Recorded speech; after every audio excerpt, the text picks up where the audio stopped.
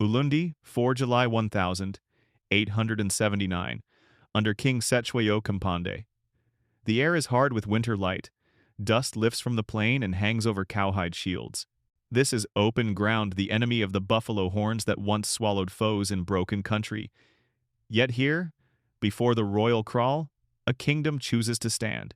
Across the valley, the British prepare their hollow square, a box of discipline and smoke. Honor pulls one way, survival another. But legitimacy, kaMpande, the right to claim the nation, sits behind these palisades, not in the hills. To fight elsewhere may save men and lose a throne. To fight here may keep the story and kill the army.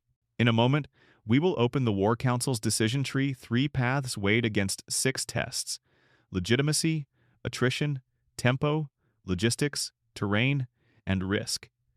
And ask the question that decides a state's fate.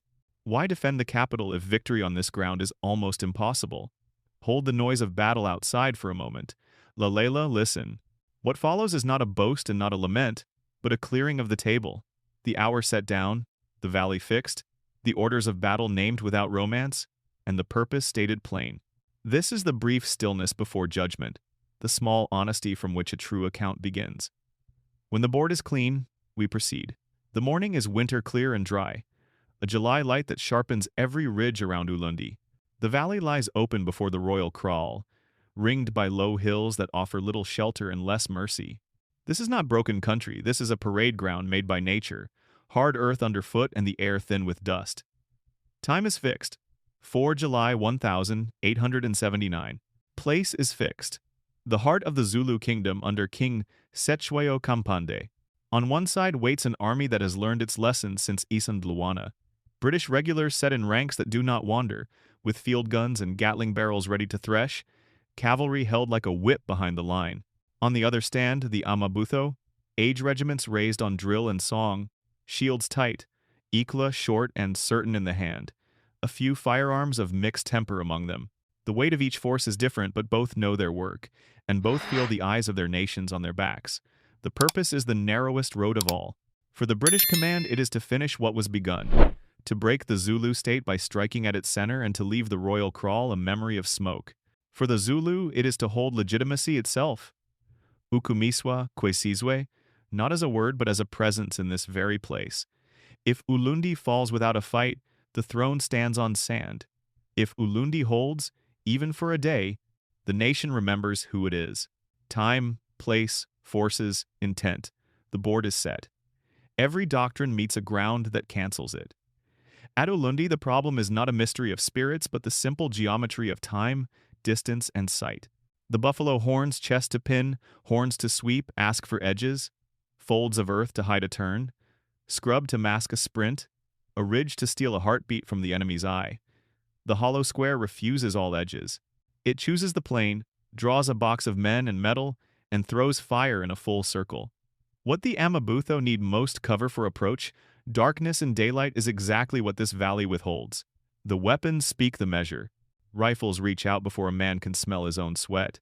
Field guns and Gatlings make the air granular, a grain against the cheek, another in the teeth. The Ikloa is certainty only when a breath can fog a shield, when arms are close enough to taste the bark of leather lacings.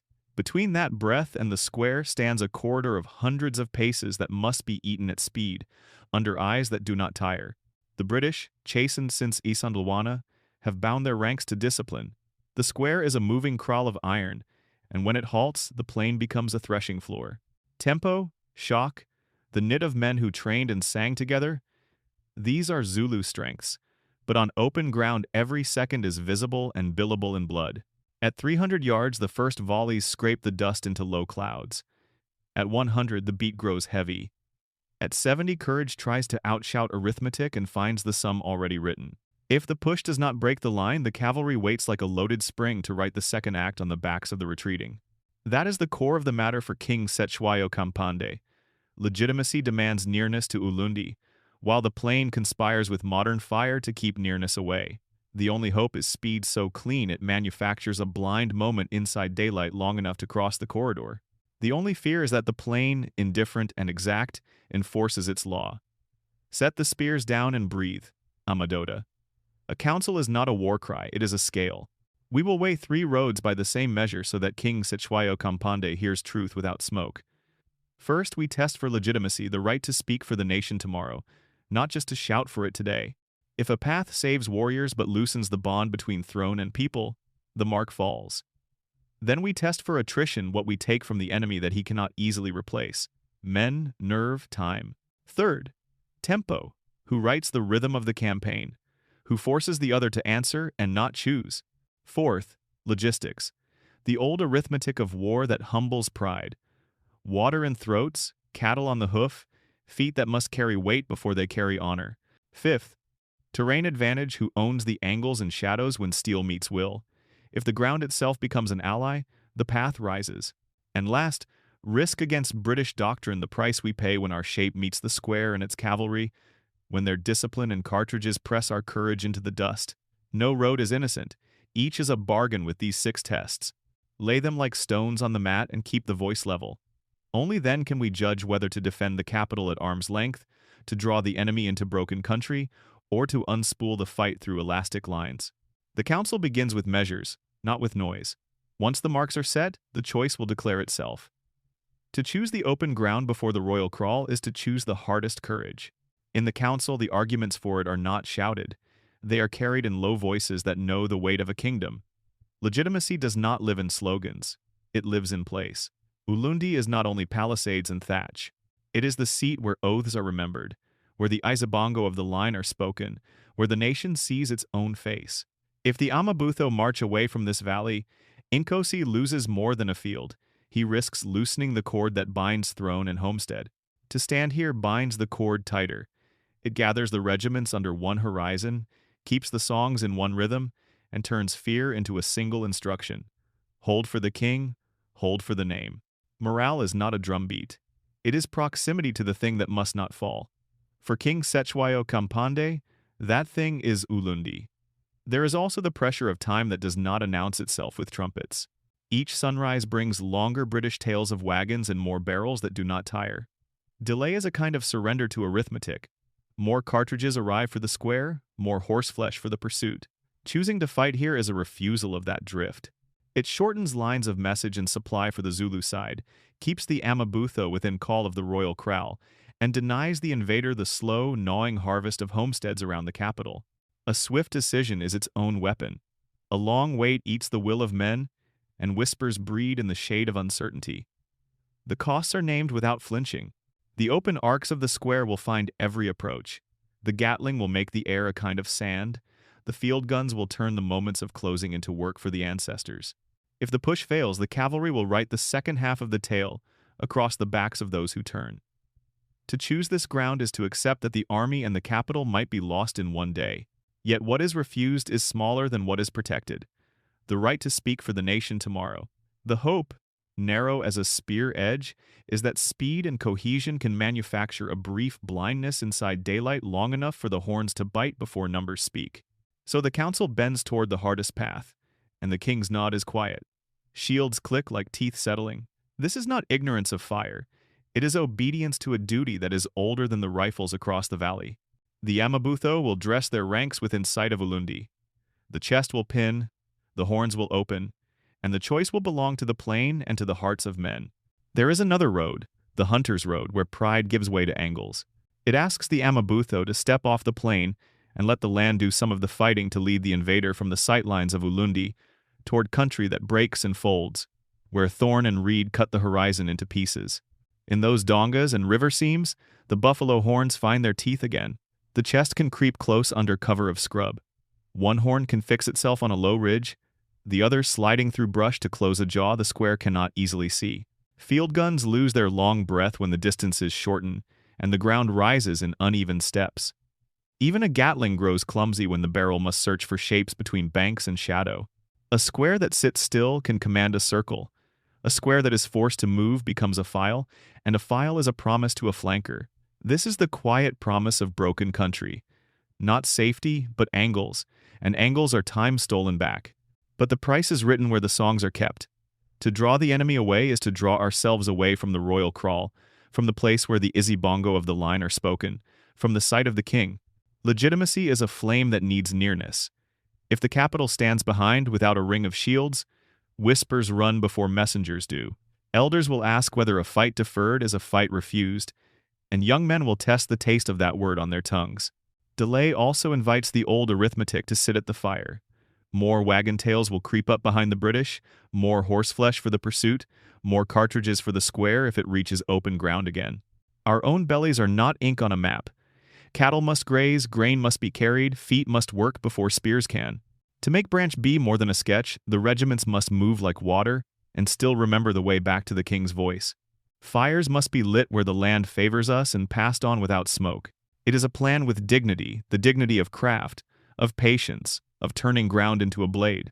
But it gambles with the one treasure King Cetshwayo kaMpande cannot easily replace, the sense in every homestead that the throne stands close.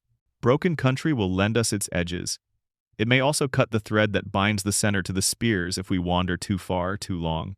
There is a third way, the way of bend and sting, where a line is not a wall but a living thing that yields and bites again.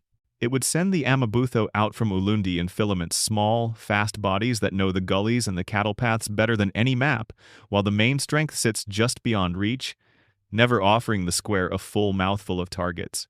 At dusk, the first filaments slip along the river seams and into long grass, counting hoof and wheel, learning which wagon teams are soft, which remount lines are lazy.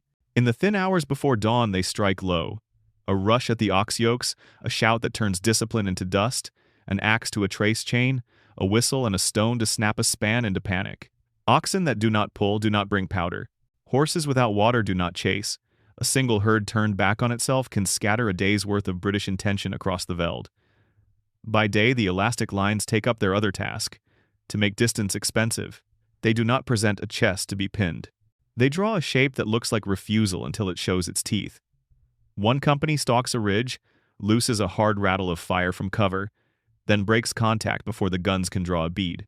Another slips around a spur to swat at the flank guard and vanish between thorn and shadow. The purpose is not glory, it is tempo. If the invader is forever wheeling, forever dressing ranks to answer a ghost that does not hold still, the campaign's rhythm belongs to the Zulu. When the square halts and throws its ring of iron, there is no charge against the open arcs. There is a tightening of distance, a stealing of water and forage, a day added to the cost of every mile. When the square moves, it is not a square but a line of files threaded with fear of side and rear. That is when the sting lands again. Such a plan carries its own honor, the honor of craft and patience, of men who can run far and remember the king's voice, of officers who can taste wind and read cattle the way others read books. It burns no songs. It asks that the songs be sung softer, further from the royal kraal, while the work is done.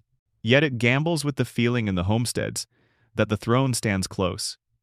If Ulundi is not wrapped in shields, if the smoke of small fires replaces the sight of one great stand, whispers may run ahead of truth. Elders will ask whether the fight has been thinned into avoidance. Young men will test their courage against the leash of patience. And the land itself makes demands. Feet must last, bellies must be filled, herds must graze, messengers must find each other on time. To hold an elastic line is to make dozens of small promises each day and keep them, or watch the cord go slack. King Cetshwayo kaMpande must weigh that slackness against the thing the plan protects. The army's life over days and weeks, not hours. The power to choose when to risk the teeth of the square and when to shear the tail that feeds it. If the Amabutho can turn oxen back along the spoor, if they can drink first at the springs and leave stones for the pursuers, if they can teach the enemy to fear the edges of the map, then time accrues like cattle added back to the fold. Not safety, never that, but days. Days matter. In those days, a message can cross to a distant regiment, a leader can be replaced, a mistake can be paid for without paying the whole army. The danger is not that men will fail in courage. It is that courage will not look like what the eye expects when it looks toward Ulundi. Elastic defense asks for a different kind of nearness. Not the sight of shields in one bright ring, but the knowledge that the spears still move in the grass, that they choose when to close, that the capital is defended by time as well as by bodies. It is the hardest lesson of modern war, for a proud nation that survival is also a form of honor, and that a king may defend his center by sending his strength away from it so that it can return, intact, to fight on terms of its own. The square halts as if the earth itself has ordered it, four faces set and breathing as one. For a long second there is only the rasp of leather and the flit of pennants in the dry light. Then the first British volleys break like surf, a flat crack that lifts dust from the skin of the plain. The Amabutho come on without hurry and without waste, ranks knitted close by, years of drill and song. The chest bears down straight at the smoke, not to die grandly but to fix the gaze of the square. Out on the arcs the horns begin their long turn, feeling for a fold of ground that is hardly there, trusting the old craft of feet that know how to shorten a path by courage. Between the lines the air grows granular, full of powder and grit. Field guns thud and open fans of iron. The Gatling's hand-cranked hum becomes a hard thread through the noise. Still the Zulu line does not break its shape. There are gestures that belong to men who have trained together small tilts of shields, a leaning of bodies to make a narrow slipstream for those behind. A few angles appear, just enough to draw breath under the lip of a rise, to find a rhythm that cuts a heartbeat from the square's sight. The next set of volleys shakes that breath loose again. The plain allows no secret for long. Midway across, where the dust begins to taste of brass, the fight turns on inches. Messengers flicker along the front like swallows, and Nduna's hand comes down, and a knot of warriors burst forward with a shout that is not theater but timing. For a moment the distance collapses. Men run into the wind of bullets until the world narrows to the thickness of a shield edge, and a handful reaches within 70 yards, close enough to feel the square's heat, to hear orders as words, and not only as rhythm. They search for a seam in the British ranks and find none. Discipline holds, files close. Another belt-fed answer arrives. The narrow moment drains away. On the left horn, a rush tries to slide past the square's corner and is met by a slewing change of frontage, the box turning with an animal quickness that comes only from hard instruction. On the right, a spur of ground gives the Zulu a little cover and then takes it back. Men who had been shadows become figures and then, too quickly, targets. The chest keeps its pressure, not because numbers demand it, but because the logic of the thing demands it, to keep eyes pinned so that the horns may bite. When the horns cannot bite, the pin becomes a payment. The order for cavalry is not a roar, it is a release. The valve opens and horseflesh pours out along the edges where the horns have bent and begun to breathe hard. What had been a frontal storm becomes a chase written on the slope and in the riverbeds. The square's faces stay steady, spitting measured fire while the mounted men scissor the ground beyond. Some Amabutho turn in good order, shields presented to the threat. Some are scattered into strands by speed and by the betrayal of the open. A few small groups wheel to pluck a rider from his saddle and vanish, quick as a needle, into the low folds. But there are not enough folds to hold them all. By late morning the sound changes timbre, the sharpness of volleys thinning to the occasional crack, the heavier notes of hooves running down. Smoke hangs where the royal kraal will soon darken, and the plain keeps its silence again, as if nothing has happened. Yet everything has. The army has spent itself against the law of this ground, and the law has held. Behind the line, somewhere out of sight, King Cetshwayo kaMpande still carries the nation's name. In front of it, men who carry that name in their chests begin the long work of surviving what courage could not reorder. By late morning, the noise loosens its grip on the valley and leaves a different order behind. Ash drifting in small weather across the grass, hoof marks cut into the soft places by the river, a heat that smudges the view where the royal kraal once stood. The square does not sing its victory. It folds in on itself and moves with the slow confidence of men who know their work is done. Behind them, the circle of palisades buckles, huts go to smoke, and what had been a house of memory becomes a charcoal diagram on the earth. The wind carries it toward the hills where King Cetshwayo kaMpande has gone to keep his name intact, and for a moment the air tastes of both wood and history. The change that follows is quieter and more thorough than flames. Messengers ride out and do not all wear feathers. They carry seals and lists. Lines are drawn with ink where cattle once made the only roads. Power does not fall cleanly into one set of hands. It is taken apart like a calabash and given out in slices. Chiefs raised, others humbled, neighbors invited to watch neighbors. The Amabutho, the age regiments that made the nation a single breath, are called less and then not at all. An Umuzi that had beaten the same drum for years learns the silence of men who keep their shields oiled but stacked, because there is no summons at night and no dawn parade. Authority that once sounded like praise poems now arrives as instructions, translated twice, and pinned to new words for land and duty. For the homesteads, the loss is not only a banner or a song, it is the thinning of nearness. When a king retreats from sight, even to preserve the right to speak as king, every hearth feels the distance. Elders sit with their sticks across their knees and talk softly about what can be kept. Cattle counts, bride wealth, the customs that hold a homestead upright, while beyond the ridge, a different calendar begins, measured by wagons and offices. Men who once knew exactly where to stand in a line of battle must now learn where to stand in a queue, and the learning tastes of iron. A people can be brave in the morning and obedient by evening and still remain themselves. Yet the road between those hours is narrow, and each step asks a payment in dignity. No treaty is read on the wind, but everyone understands the new arrangement. The center has been opened and divided, the royal kraal blackened to prove a point, the kingdom's voice made smaller and spoken through others. King Cetshwayo kaMpande still carries that voice, and it carries him. But the carrying is different now. What was once one story becomes many, scattered into districts and reports. A state can be broken in a day, yes. It takes longer to teach a nation to live as though it never had one. On the plain, the smoke finds its last work among the thorns and then clears. In the clear light, the names remain. They do not surrender. They wait for a way to be said again. Let us ask the quarrelsome question we kept for later.